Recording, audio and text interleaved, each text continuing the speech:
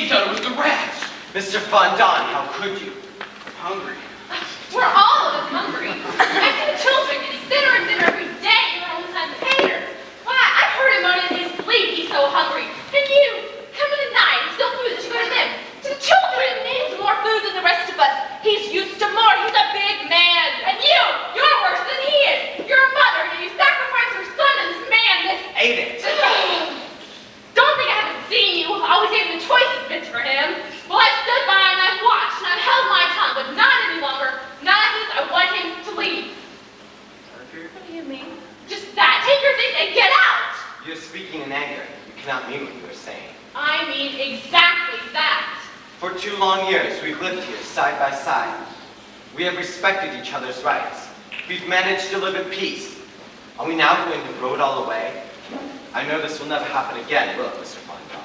No. Steals once, he'll steal again. Aiden, please, let us be calm. We'll all go to our rooms, and afterwards we'll come out. We'll sit down quietly. We'll talk this out. We'll find someone. No more talk. I want him to leave. You'd put us out on the streets. There are other hiding places. A closet, a cellar, I know, and we have no money left even to pay for that. I'll give you money out of my own pocket. I'll give it gladly. Mr. Frog, you told Pooty you'd never forget what he had done for you when you came to Amsterdam.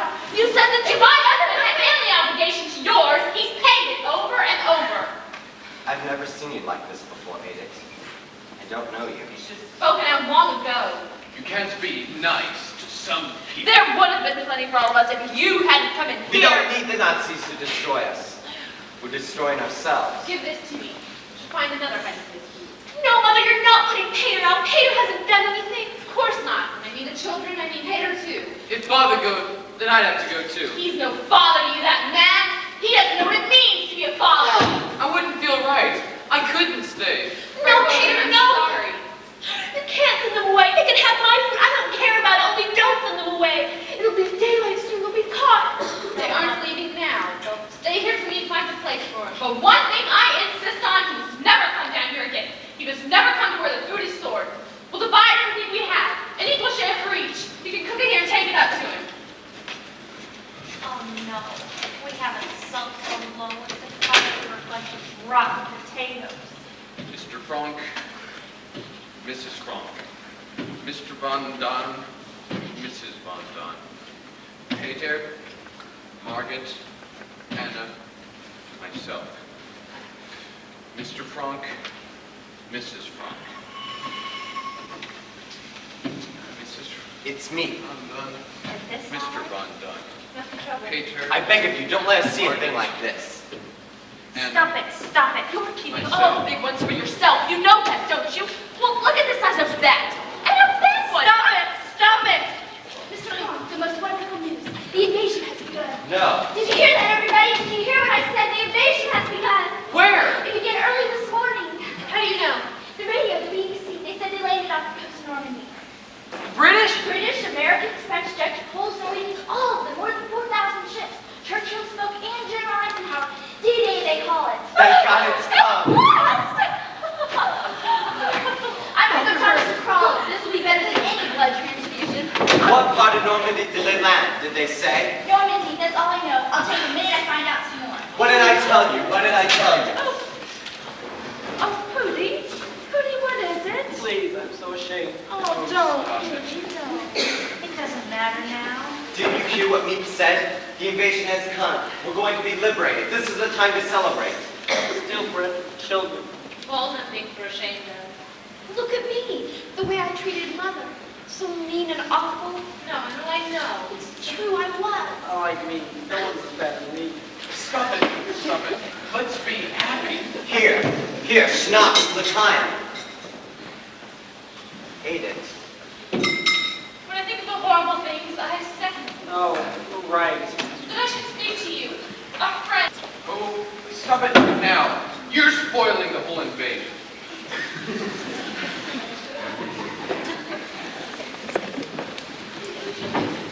You're always much better spirited these days. There's still excellent uses of the invasion.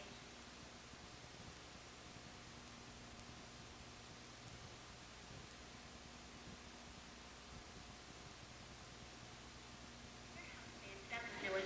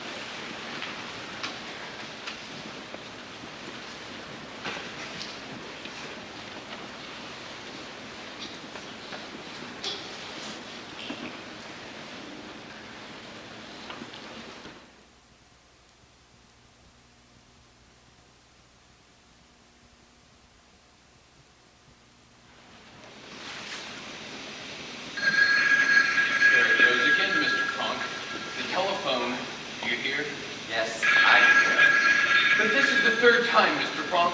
The third time in quick succession. It's a signal.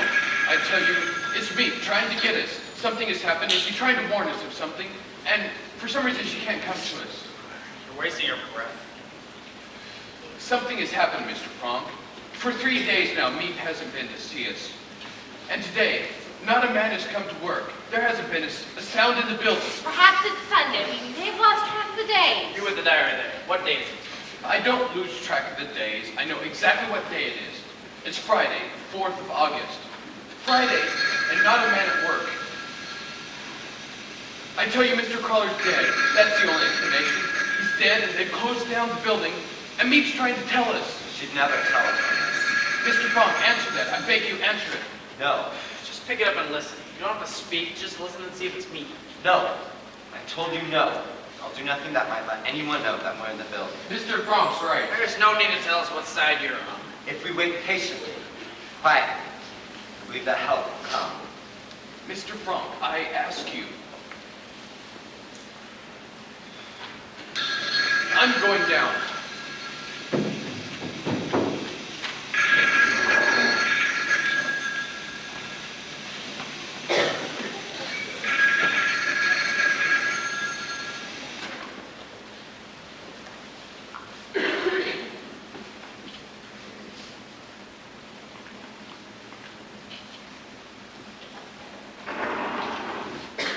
Too late.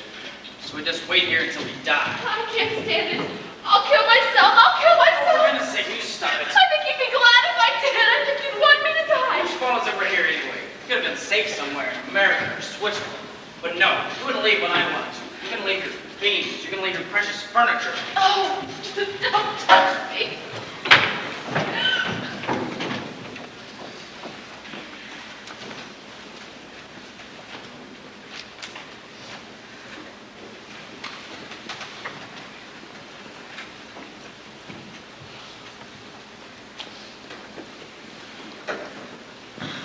Look at the sky, Peter.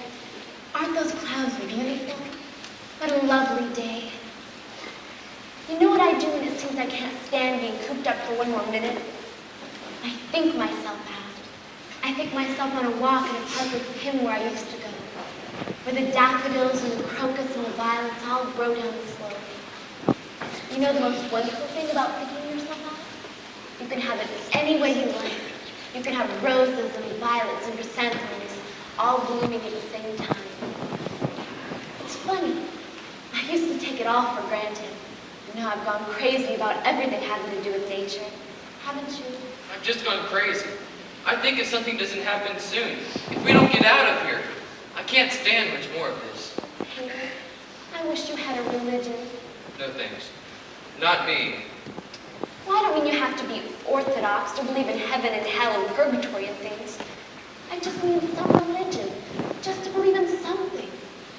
When I think of all that's out there, the trees and the flowers, the seagulls, I think of the dearness of you, Peter, and the goodness of the people we know. Me, Dirk, Mr. Crawler, the vegetable man, all risking their lives for us every day. I think of these good things. I'm not afraid anymore, and I find myself and God and That's fine, but when I begin to think, I get mad. Look at us. We've been hiding up here for 2 years, not able to move, caught here like waiting for them to come and get us, and all for what? We're not the only ones that have had to suffer. There have always been people that have had to. Sometimes one race, sometimes another, and yet, That doesn't make me feel any better. Peter, I know it's terrible trying to have any faith when people are doing such horrible. But you know what I sometimes think? I think the world may be going through a phase, the way I was with Mother. It'll pass, maybe not for hundreds of years, but someday, I still believe, in spite of everything, that people really are good at heart. I want to see something now, not 1,000 years from now. But Peter, can't you see that we're only part of a pattern? We're just a little minute in life. Listen to us, going at each other like a couple of grown-ups. Look at the sky now. Isn't it lovely? Someday, when I'm on the outside again, I'm going to do so many things.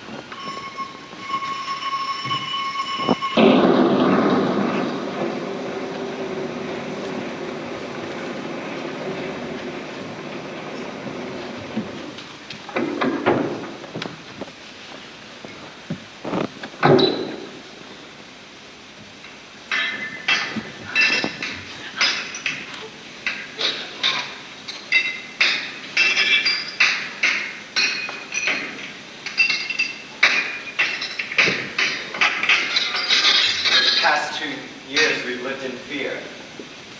And Now so we can it live in seems hope. our stay here is over. They're waiting for us now. They've allowed us 5 minutes to get our things.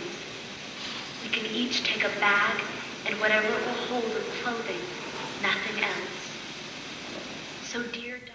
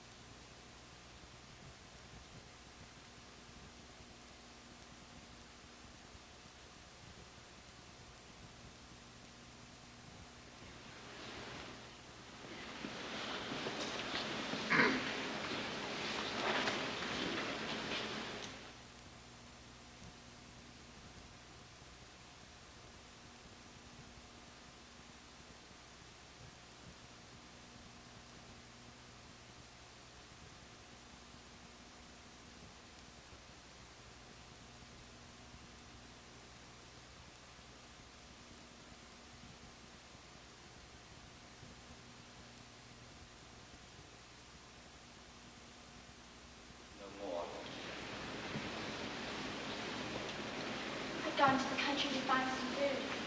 When I came back, the block was surrounded by green. We made our business to find out who it was. It was the thief, that told me. It seems strange to say this, that anyone could be happy in a concentration camp. But Anna was happy in the camp in Holland where they first took us. After 2 long years of being shut up in these rooms, she could be out into the fresh air and sunshine that she loved. Yes.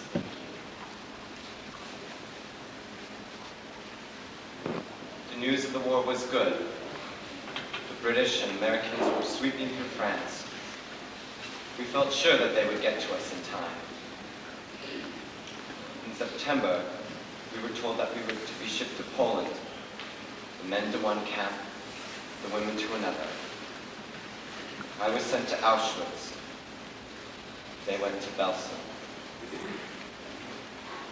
In January, we were freed, those of us who were left. The war wasn't yet over, so it took us a long time to get home. We'd be shipped here and there behind the lines where we'd be safe. And each time we'd stop, a siding or a crossing, we'd all get out and grow from group to group. Where were you? Were you at Belsen, at Buchenwald, at Mauthausen? Is it possible that you knew my wife? Did you ever see my husband, my son, my daughter? That's how I found out about my wife's death. Of Margit, Van Dans, Peter, Dussel. But Anna, I still hope. Yesterday I went to Rotterdam. I'd heard of a woman there. She'd been in Belsen with Anna. I know now. I still believe, in spite of everything, that people really are good at heart. She puts me to shame.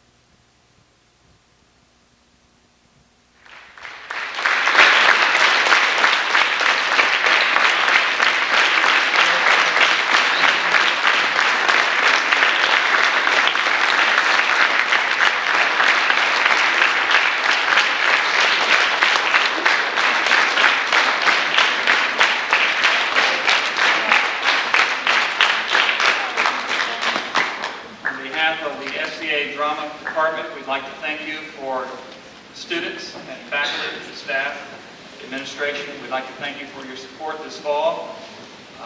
They've put a lot of work into this, and I think it's paid off. There are two other people that need to be recognized because they work behind the scenes and they've done so much. The first approached me last summer and said, this is my senior year coming up, and I'd like to direct a student director play for my senior year as a project. And I said, okay, what are you thinking of doing? Well, how about the Diary of Anne Frank? So we've done it. And Ben Dicke did an outstanding job. I appreciate his work, his efforts, and it paid off. I'd like to recognize him. So Ben, you come on up on stage.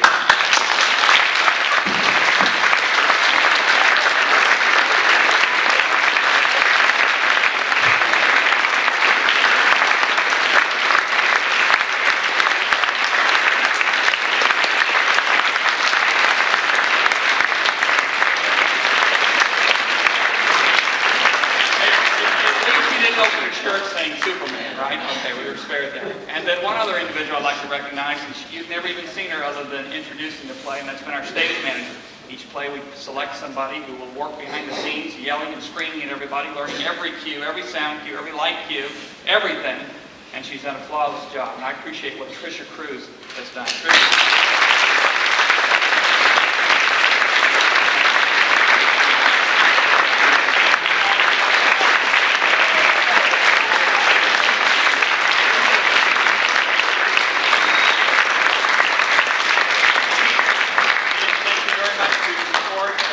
We appreciate your coming, and Rob, I believe, has just a couple of announcements. They will be dismissed. Stay where you're at.